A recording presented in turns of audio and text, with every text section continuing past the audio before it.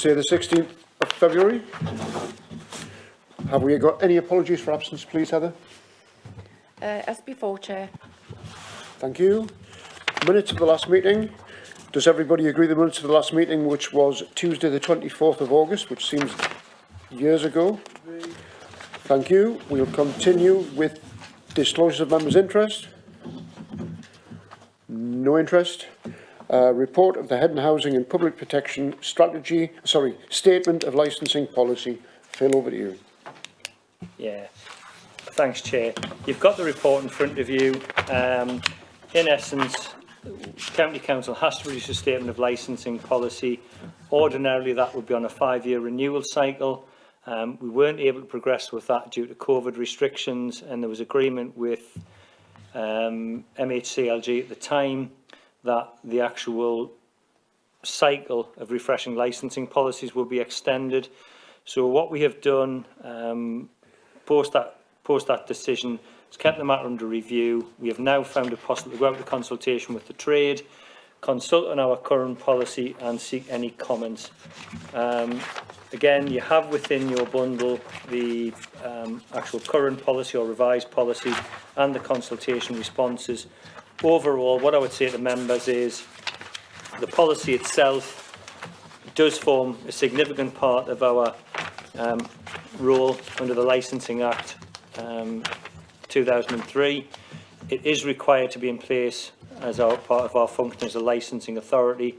Members, when they are making decisions within a subcommittee, must have regard to the local authorities, the licensing authority statement of licensing policy. So it is an important document within the County Council, and very much so for the licensing authority, which is the role of the County Council. So we've gone through that process, we've gone through consultation. If members are happy to approve the document itself in its revised form, that will then go on to full council and will seek approval from full council, because it must, in accordance with the Licensing Act and guidance, be approved by council. But as I say, it is virtually the same policy as before. It's been amended to reflect a number of legislative changes and guidance changes, but other than that, Chair, it is ostensibly the same policy. Thank you, Phil. Are there any questions or comments on this? Councillor Wallace. Yeah, if I may, it would be amiss of me if I didn't raise it, although I do see it's in the communication that's come back from a couple of parish councils. It's regularly brought up at the NALC meetings, which I chair, that it's the wish of the parish councils to be consulted, particularly on licences granted to licensed premises. They feel their local knowledge and their input could be beneficial to the licensing department. And I think it'd be wrong if I didn't make a plea on their behalf, Chair, being the chairman of NALC. Thank you for that. I can understand what you mean, but any place that applies for a licence, there'll be a notice like planning. A notice goes up to say that there's an application for a licence, and it will be putting more work on the officers to send out, well, make parish councils statutory consultees. We have our own consultees, as in environmental health, licensing, police, fire, that sort of thing. You know, you can't send consultations out, well, send consultations out to everybody. Anyone seeing anything like that can put a written objection or support letter in. So, you know, I'm just trying to think of the actual work and stuff. I fully understand that, Chair, but as you know yourself, if it was a planning application, it would come to the parish council. And if you go back to the authority here being formed in 2008, Roger Styring and Jeff Reid spent 5 years trying to say to the county, on every agenda, put the words on, think parish. It just seems at odds that licensing isn't. Well, I think it's a statutory neighbours on planning or statutory consultees, immediate neighbours. I don't think it is on licensing at all, is it? Yeah. Absolutely right. It's a question that we've been asked on a number of occasions about why don't we? And I think the simple answer is we can't. The legislation with the Licensing Act and the guidance is quite clear about how you undertake consultation with regard to any one type of application. And it is quite clear from that we would be actually stepping out of our statutory role and responsibility by consulting with parish and town councils. So I'm not personally suggesting or questioning whether it's a good idea or a bad idea. It would actually be ultra vires for us to do it as a licensing authority, to start consulting with individual parish councils on individual licensing applications. Councillor Seymour? Yes, thank you, Chair.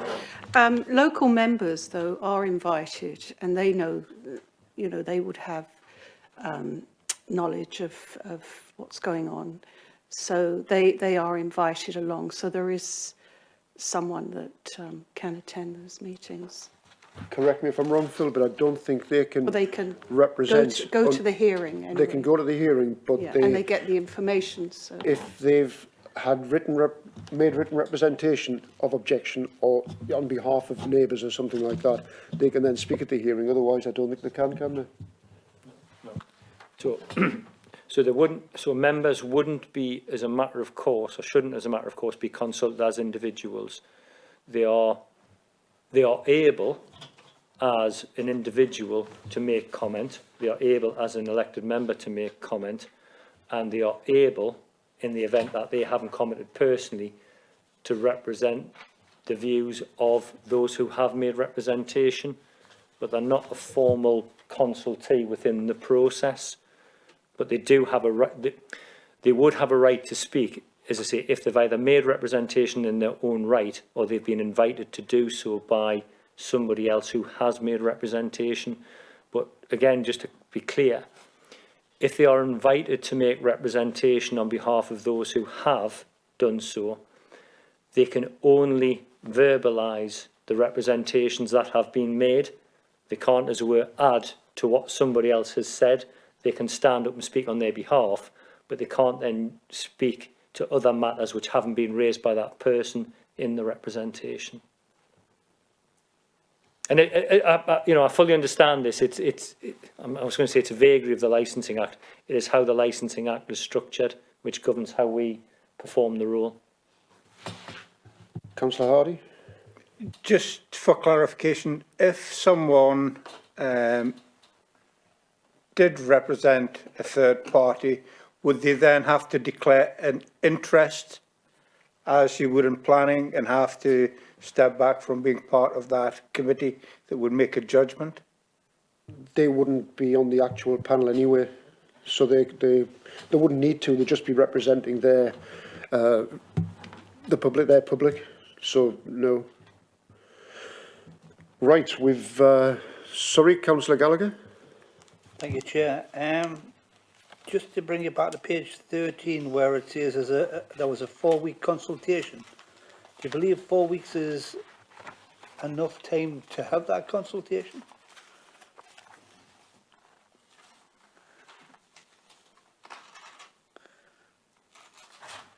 I think it comes under 3.4.3 on page 13. Oh, sorry, it's got 7 underneath, a small 7. Well, the consultees that are consulted with are all basically NCC and the Fire Office and Police. Sorry, I'm struggling to find that part. Sorry, Councillor Gallagher. It's got consultation 3.4, which is on page 13. Oh, sorry. And if you go down, there's a 3.4.3, a 4-week consultation.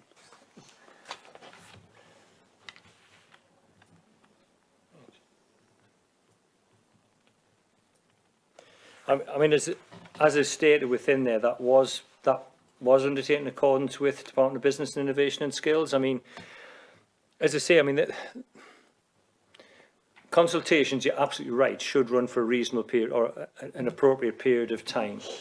This was being a very targeted consultation, because what we will have done in this scenario is, as the Chair will have said, is consulted with the responsible authorities, but also then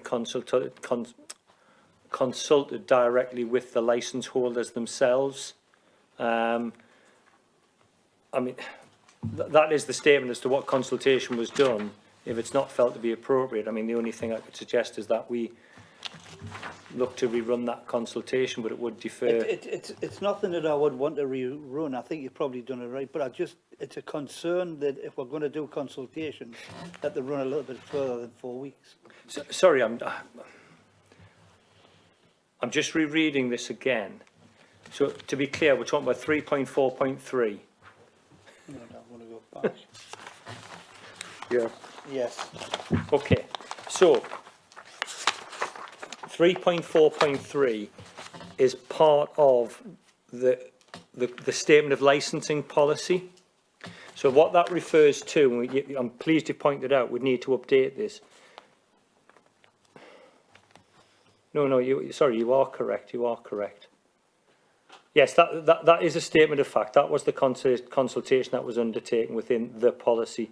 But as I say, that would have been followed in accordance with the guidance from Department of Business, Innovation and Skills. But just to come back, I'm comfortable with it because it's a consultation. But what I'm being mindful of is we need to maybe take a little bit more time around that. The other thing I wanted to bring up was page 16, which is around the pub watch. Now that was a very early days. That was a very, very successful policy. And, you know, the first sentence says the council currently supports pub watch schemes across the county. Now, I know that was, like I say, I'm coming back to the point that it was very successful and it controlled or it helped the local pubs, especially in towns, small towns and villages. I think that we should support that a little bit more. We should try and support the various organisations a little bit more because of what it says in that first sentence. The council currently supports, and I would like to know where that support is and how are we doing with that now, because it's gone. So ostensibly, Pub Watch is operated by Northumbria Police, and we participate within that with Northumbria Police. I think when you say in terms of support, and this may be what Tasman was going to comment about, there are a number of pieces of work that are ongoing now in conjunction with the Police and Crime Commissioner about how to work with especially the nighttime economy and actually ensure they are able to respond to challenges that they are facing. There's a lot of work around violence against women and girls in the nighttime economy, etc. So we are seeking to engage, I think, you know, I'm saying as much as we can. We are seeking to engage more with the trade. But again, I think there's an element here of some are more willing than others. Sorry, Tasman, I did cut you off there.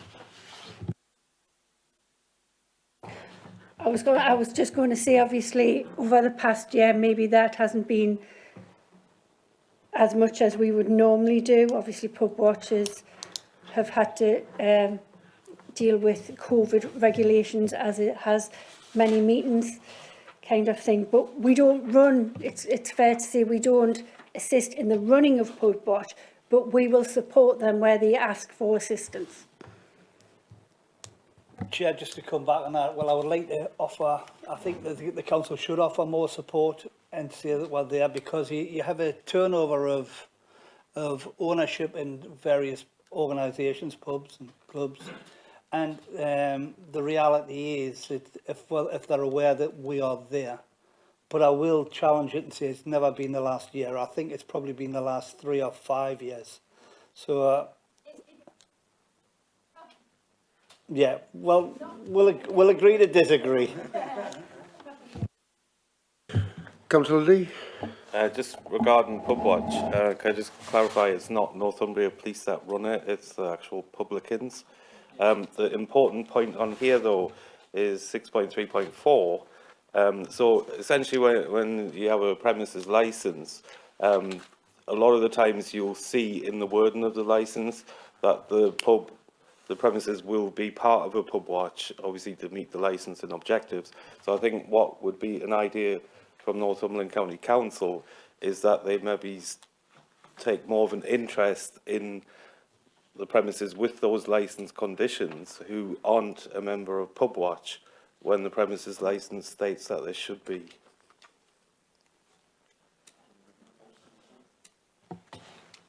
So, what I would say in response to that, Councillor Lee, is that we have I think, a strong working relationship with licensed premises.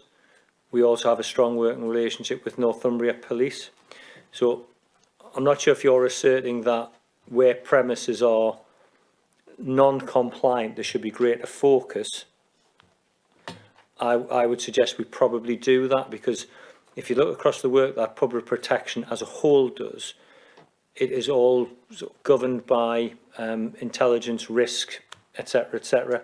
So we will focus our attention on those premises, and I'm not talking specifically about pubs here, I'm talking generally. We will focus our attention on those premises which give greater grounds for concern. So if you're looking at something like the licensed trade, we will have conversations with the police, and if we believe premises are not operating correctly, we will work with the police in terms of actually trying to interact with the premises, and ultimately we may well work with the police and other partners with a view to bring forward a review of the premises licence, which is the formal means by which the licensing authority can then interfere with the licence, can change the licence. So if what you're asking is for us to actually ensure there's a level playing field, we would endeavour to do that now. Yeah, so it's just when the Licensing Act first came in, obviously the pubs and the business development managers were looking at ways that they can fulfil the licensing objectives, and a lot of them have actually stated in their premises licence that they'll be a part of Pub Watch. What happens is, especially where there's a high turnover of tenants in premises, that seems to get swept away, and there doesn't seem to be that enthusiasm, I think, from the council to ensure that those tenants are meeting those preconditions that they've set up themselves on the premises licence. Well, normally if an application comes in front of a panel, it's the normal thing that they are part of Pub Watch. That's one of the conditions that we can put on. Just as an example, I think it was in Blythe that 1.3 venues were in Pub Watch out of the entire town. And obviously the premises licence, if you were to read through them, they should have had a lot more people around that table. I can't argue that one. Right, we've got two recommendations. One being that members note the outcomes of the consultation exercise, the content of the report, and discuss and agree proposed amendments or revisions of the statement of licensing policy, and also to recommend to the council that the revised statement of licensing policy be adopted for the period 2022 to 2027. I'll propose that and look for a seconder. Councillor Hardy. Is that agreed? Unanimously. Thank you very much. We have now, well, future meetings. You'll be informed when there are any future meetings for this licensing committee. And I'll remind you again about training, just to rub it in. We did have a virtual training, and I think 3 members attended. So I'd love to think, I hope the next one will be live and not virtual. It's not run by ourselves, so that would be dependent on the trainer. Right. I'll leave that to you to see what you can do, but I think we might get more people live than virtual. It was really sad to see what the attendance, how poor it was, and I won't name names. Right, thank you all for attending. The meeting is now closed. Thank you.